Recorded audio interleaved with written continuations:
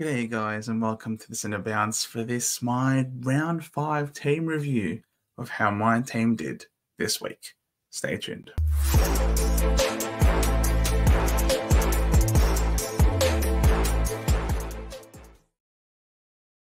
Yes guys, I'm not going to waste your time because I'm sure you all know that this week was not a very good week for me, and it all stemmed from the Thursday night and the Friday night games. So another late night Sunday night team review video. 1866. Pretty bad. Top 28%. Thought it would be worse than that. That's how bad it was. And I thought we'd drop a little bit more than 2,700 spots. So we're still hanging around.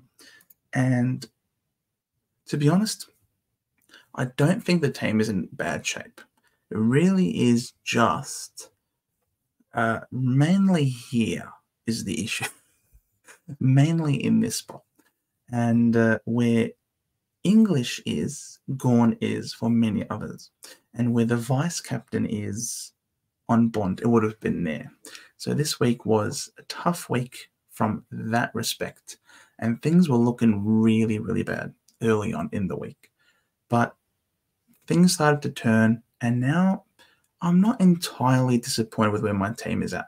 It just was a little bit unfortunate with what happened, but we can still make improvements and we can still continue to rise up the ranks. So just quickly, the back line was wonderful this week. Absolutely sensational. So trading in Klahisi was absolutely perfect. Great move to be done. Would have been awesome if we also got Graham, who also went over 90. But a 124 for Klahisi is very good. Williams continues to just build and build on each of his games. The buy came at a very good time for him. His break-even now is only at 6, so he's still got quite a bit of money left to make for us. You would have seen Massimo D'Ambrosio. I held on to him. Like I said, I wanted to give him another week.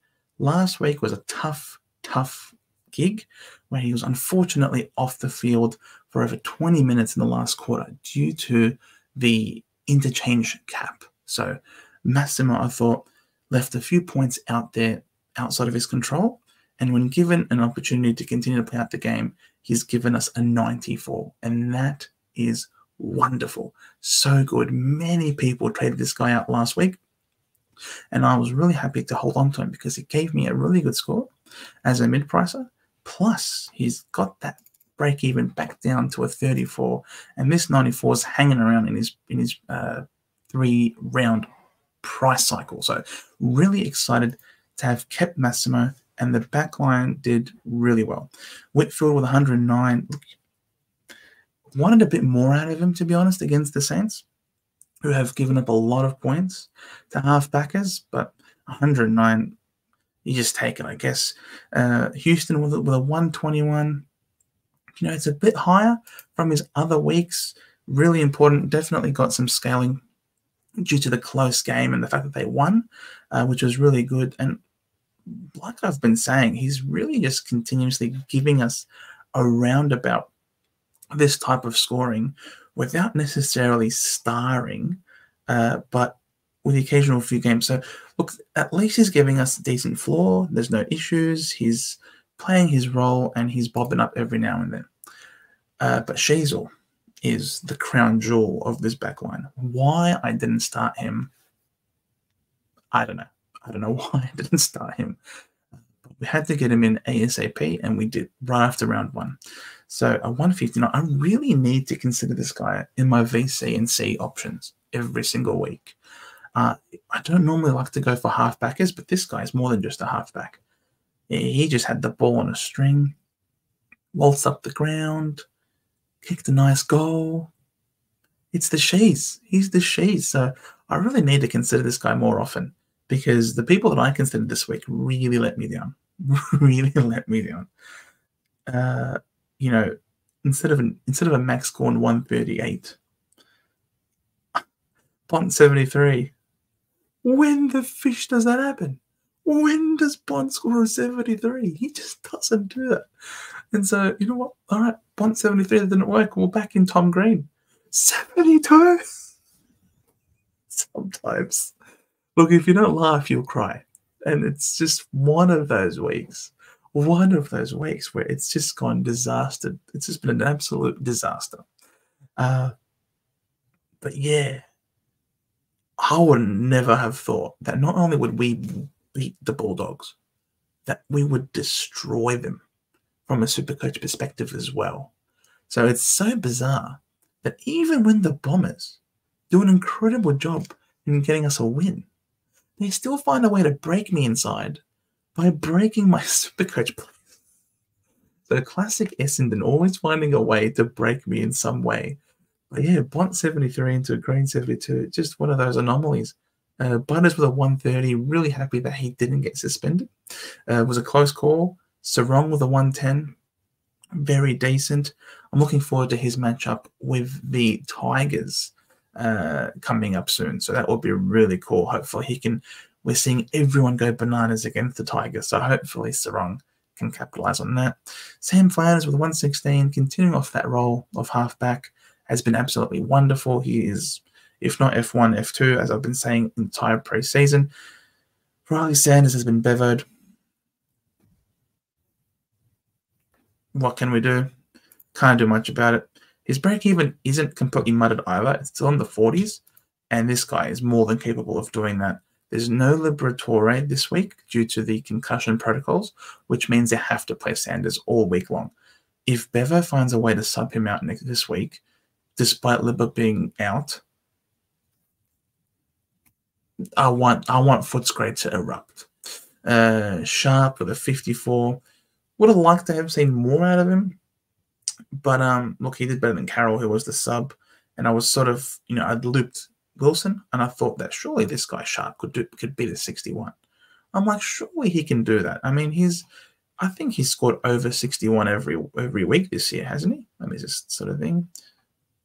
Yeah, 126, 71, 63, 70. Like, he hasn't gone up. I thought he would beat a 61. Unfortunately, I've got a 54. It is what it is. McKercher, ribs. That hurts. That really hurts. And he loses money as a result as well. He was over 300K. In fact, now he loses money. His break-even was in the 40s. Would have anticipated that he would do really well, but he ends up losing over 15K, over 16K. And now his break-even's up to 101.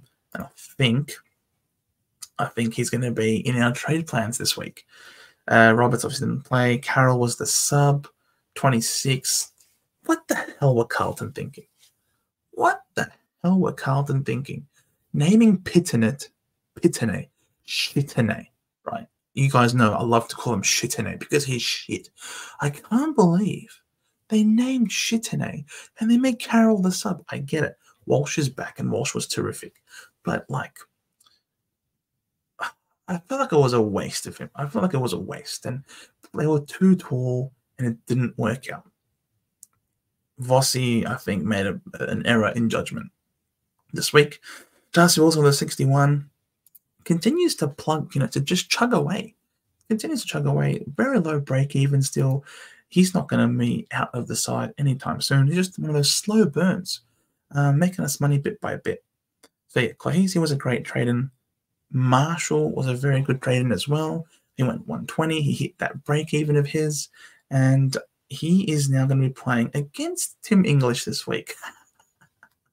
And if anything was to go by how our ruckman, Draper, and Goldie went, then they both went in the 90s. So I'm keen to see what Rowan Marshall's going to do to English this week. And hopefully English can bounce back and score a little bit better than a 58. Bloody hell. Look, what's right. We started him. It's a bit better than the people who traded him in this week. If you traded him in, thank you so much. Thank you for breaking Tim English for me, but it is what it is. Don't say it is what it is. Don't say that. But yes, English, 58. Marshall, 120. I was really hoping that these two could be the two that can carry me into the future. I want them both to score really well this week. Really well. Really, really well. to capitalize on the Max Gawn buy at the moment. So please, please do that for me. Powell, the 98, that's about his average. And if he continues to go 90s, 90 plus, that's keeper. That's keeper in the forward line. He has essentially killed LDU as a selection, unfortunately. Harley Reid, 108. Bellissimo. So happy. Oh, I'm so glad I gave you another chance, man. Because if I traded you out a couple of weeks ago, I'd probably have given up on this season entirely.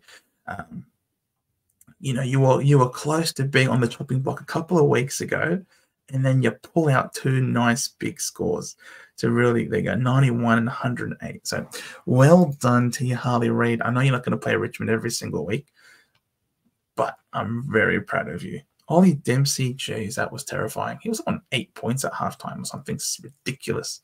Managed to claw his way up to a 56. It just shows how capable this guy is of scoring in bursts. And, 56 isn't the best, but it's not the worst either. He continues to chug away with his cash generation, whilst also being a decent on-field option. He was averaging 80 before this week, so this was a really disappointing performance from him, but he continues to play his role. His break-even is still 33, so that's pretty good. Cadman at 64, he's done well. He's made us more money, even more money. So all of these guys in my forward line have done very well for me. I anticipated Buku Kamas to do a bit better, considering that we don't have Peter Wright out there. But we did a really good job somehow winning this game. We are normally their bunnies, but geez, we ground them into the dust. This was the first game all year so far where we have won every quarter. We've outscored the opposition in every single quarter, and we actually got better and better and better as the game wore on. Sam Darcy, though, we just had no answer for. This should have been a much better score if he kicked straight in front of the big sticks. We're already undersized as it is without Ridley and Reid, and it really looked so silly when we had Sam Darcy next to Mason Redmond. He was giving up over 20 centimeters, which was hilarious. But he's done very well. I reckon Darcy, this guy needs to play full forward permanently for the Bulldogs. And he needs to be there and kick Aaron Norton to the back line. I know Bevo is loath to do this. Bevo refuses to do this. But Sam Darcy is a better forward than Aaron Norton. Sam Darcy can kick 50-plus goals in a season. Aaron Norton can't. Aaron Norton should be used behind the ball, I think, where he can use that athleticism as an intercept defender. We saw what happened. Melbourne continued to persist with Jeremy Howe as a forward. He goes to Collingwood as that big marking intercept defender, and it's completely changed the trajectory of his career since then. I honestly reckon Sam Darcy needs to be given the keys to the kingdom in that forward line with Jamara, and Norton needs to go to the back line. I think that's what needs to happen. So Sam Darcy almost looks to be a regular fieldable option for me. Buku Kamas with a 64, yeah, pretty decent. Sexton obviously was dropped, and Heaney was on the bye. So, okay. That was the review of the week that was. Now, what do I want to do? I want to improve my on-field performance. I want to score more points. Okay, now, how do I score more points? I'm going to score more. Let's just optimize and see what happens first. Okay, so McCoach is on the bench. Fair enough. I understand why. Now, the ruck is fine. I think Darcy is a better fieldable option than Kamas. So, the people who I think are ready to cull, or close to it, I think Cadman can go. His break-even's up to 40 now, and he's got Carlton this week. Now, Carlton are a pretty good backline, but they've had some injuries. Despite that, though, the Giants have also had an injury to Cornelio, so that reduces the strength of their midfield. So I think I'm going to, and that would obviously impact on Cadman's supply moving forward. So I think Cadman can go. I think I'm going to trade out Cadman. Now, who do I trade out Cadman to? Now, there is someone on the bubble, and that is Comben. And Comben did okay. Comben's done all right. But the thing is, he is a key position defender that really isn't on kick-ins, and that is a little bit nerve-wracking. So there is someone else from the North Melbourne game that I really like the look of. And yes, we are going early again, but we're going to, I just want the money. The money that I can free up by not going with Comben and instead going with Biggie would be really good. Oh my God, is this, jeez, oh my God, is it suffering again? Is everybody on Supercoach at the moment and again causing it to break? North Melbourne, yes, big. So I like the look of Biggie Nguyen. I thought he had a really good game. I know some people are concerned about his job security, but surely he keeps his spot in the side, and he is less likely to move forward if there's an injury in the forward line. You would imagine Comben is the one that has to make the move, and Biggie keeps his spot in the back line. So I liked Biggie, and I'm going to go early on him because I'm not entirely sure if we're going to get much more than 100K out of a Comben type, whereas Biggie, for a lot cheaper, can give me comparable scoring in my opinion. So I'm going to go with Biggie early. So he goes. And then McKercher has to go, unfortunately. And the other person that's going to go is Carroll. Carroll was the sub. His break-even's going to go up. His break-even's a bit higher now, and I don't want to mess around with that. His break-even's in the 40s, yeah, 46. So I don't want to mess around with that. He could probably beat it, but I think he can go. He's made me decent cash, and I just want to improve my field. I really want to start taking people off and scoring and putting some more premiums out on the field. Now, obviously, we're going to have Graham. There is no doubt about it. Oh, jeez. Where's the rest of his name? So Graham is also on the bubble. Graham's absolutely has to come in. No doubt about it. And the other person who wants to come in with all of this money, I think it's time to get an upgrade in to catch up with all the other people that have 14 premiums. And it's going to be someone. It's going to be someone, and to be honest, it could just be Jack Steele, who we can just afford. We can just afford him. We've faded him for long enough, and the way he's going, it's ridiculous. Doesn't matter if it's a tough matchup or not. Plus the Marvel Stadium run to come at the end of the season is just unreal. And he's just an absolute tear. And it looks like he's going to be a top 4 type midfielder, which is ridiculous. So my midfield now is looking incredibly good, in my opinion. And if if the team optimizer message can go, all right. So I'm going to put Sanders on the field because, like I said, there's no Libba, so he has to play on the ball a lot this week. So Sanders hopefully can give us another 80-plus score this week, which would be awesome. Now, this line is now particularly stacked all of a sudden because Klahisi is just pumping out. He's just averaging 116. It's almost like you don't have the heart to bench this guy because of how well he's scoring. It's almost like you want to loop between Williams and Massimo and see who does better. Now, who plays first? All right, Williams plays first. All right, so we'll just leave the emergency on Williams then and see how he goes. If he's no good, then we'll just leave Mass there. If he does score, then we'll just put Hoare on and take Massimo off. So I find it hard. I'm really finding it hard to say no to Klahisi at this point because he's just scoring so well. And then we've added now, so yeah, we've got 1, 2, 3, 4, 5, 6, 7, 8, 9, 10, 11, 12, 13, 14. So we've got 14 premiums, and I think these are genuine premiums. I think Sheasel could be D1 or D2. Houston, I think he's going to be in that mix if he can continue to give us sort of these similar scores. Dacos, you can't bet against this guy. And Whitfield could be 6 to 8 in that bracket. Butters, Green, Sarong, Steele. I think all 5 of these guys are capable of being top 8 caliber mids. I'm still willing to believe in these 2 to bounce back.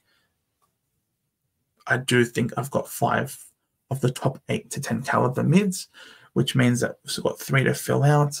Hopefully 1 can be a Merritt, hopefully 1 can be a Dawson, and then the other one, sorry, not Dawson, Petrarca, and maybe even Clayton Oliver, perhaps.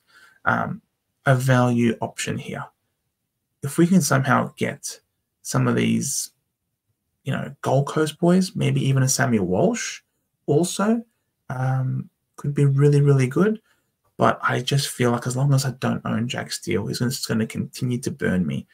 And I think the depth of the midfielders are looking really good. Obviously, the forward line is a little bit sketch. I think I'll go Biggie over Karmas this week on the field because I think Biggie's playing against the Hawks, and the Hawks are giving up quite a bit of marks to opposition teams. I mean, we just saw McAndrew go bananas as well.